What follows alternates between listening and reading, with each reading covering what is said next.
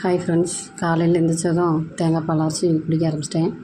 அதில் கருப்பட்டி போட்டு மிக்ஸ் பண்ணி குடித்தேன்.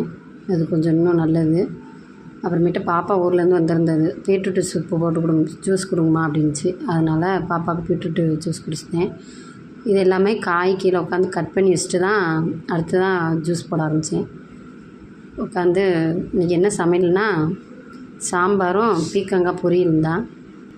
கீழே உட்காந்து பீட்ரூட்டு சீவிட்டு அப்புறமேட்டு வெங்காய தோலெல்லாம் உரிச்சிட்டு அப்புறம் பீக்கங்காவில் தோலெல்லாம் சீவி எடுத்தாச்சு.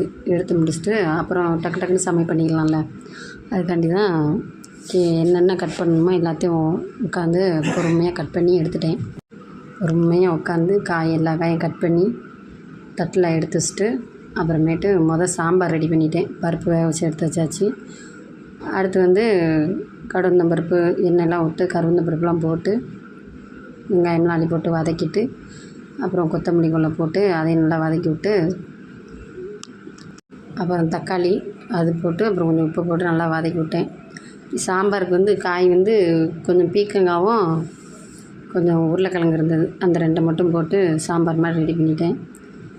ரெடி பண்ணி வச்சுட்டு மசாலா பொடி மட்டும் நம்ம வீட்டில் உள்ள மசாலா தான், எப்பயும் போடுற மசாலா தான். ஏன்னா வேறு மசாலா போட்டோன்னா கொஞ்சம் சேராமல் போயிடும், காரமாக இருக்கும் அப்படின்னு சொல்லுவாங்களா. அதனால் வீட்டில் உள்ள மசாலா தான், அதை போட்டு சாம்பாரில் கூட்டி வச்சாச்சு. அடுத்து பீக்கங்காய் பொரிக்கிறதுக்கு கடுந்தம்பருப்பு எண்ணெய் போட்டு தாளிச்சிட்டு அப்புறம் கட் பண்ணி வச்சுருந்த பீக்கங்காவும் போட்டு அள்ளி போட்டு உப்பு போட்டு வதக்கி விட்டாச்சு.